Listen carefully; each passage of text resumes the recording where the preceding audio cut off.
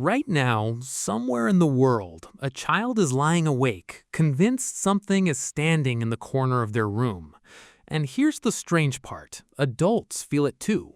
You walk into a dark house, you flip on the light before you even think about it. Not because you saw something, because some part of your brain assumed something was there before you had proof either way. For most of history, that assumption kept you alive. Today, it just keeps you reaching for a light switch.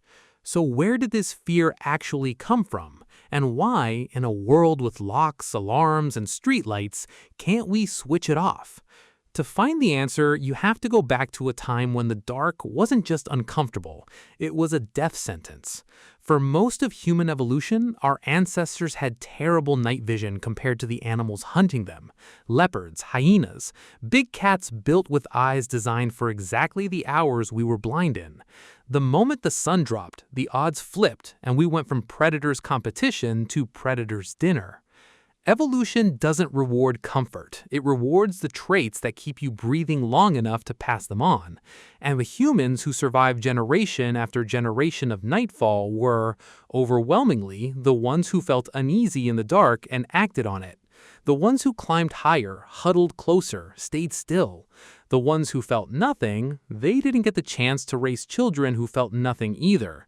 So the fear was never a flaw. It was a filter. Thousands of generations of it, quietly writing itself into the human nervous system.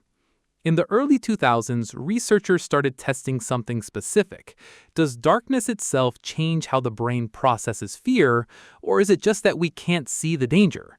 They ran experiments where subjects were shown ambiguous, slightly threatening images and measured brain activity in the amygdala, the region responsible for fear response.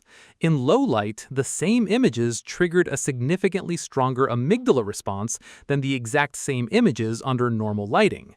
Nothing about the image changed, only the light did. Your brain isn't waiting for evidence of danger in the dark. It's already assuming it and adjusting your fear response upward automatically. That's not paranoia. That's a survival algorithm still running in the background, thousands of years after the threat that built it mostly disappeared. Here's the detail almost nobody talks about. Fear of the dark peaks between ages 3 and 8, then fades for most people as they get older.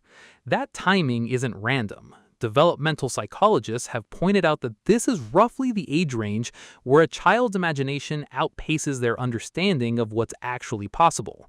They can vividly picture a threat, but they don't yet have the accumulated experience to reliably rule it out. An adult in a dark room draws on decades of, "I've been in the dark before and nothing happened."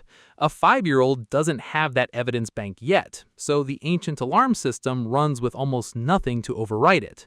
This is where fire comes back into the story. Once early humans controlled fire, they weren't just warm. They were, for the first time, safe after dark, inside roughly a 30-foot circle of light, where predators wouldn't cross. For the first time in the history of the species, nightfall didn't automatically mean danger. But here's what's easy to miss. Fire didn't erase the fear. It just gave humans a tool to manage it. The unease didn't go away. It got contained, ritualized, pointed at the edge of the firelight instead of everywhere. And that boundary, safe inside the circle, unknown outside it, may be one of the oldest templates in the human mind. It's arguably still there every time you feel safer in a lit room than a dark one. Modern life removed almost every real nighttime threat a human is likely to face. Streetlights, locked doors, phones with flashlights built in. But evolution doesn't update on a decade's timescale. It updates over tens of thousands of years. The part of your brain flagging the dark as dangerous has no idea any of that changed. It's still running code written for a world with teeth in the tree line.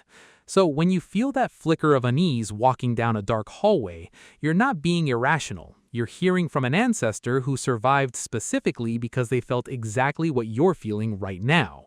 We built cities, electricity, and security systems specifically to argue with this fear. And most of the time, we win the argument. But every time the lights go out and that old unease creep back in, it's worth remembering what it actually is. Not a malfunction, not weakness. It's a signal passed down through every generation that came before you, from the ones who listened to it and lived.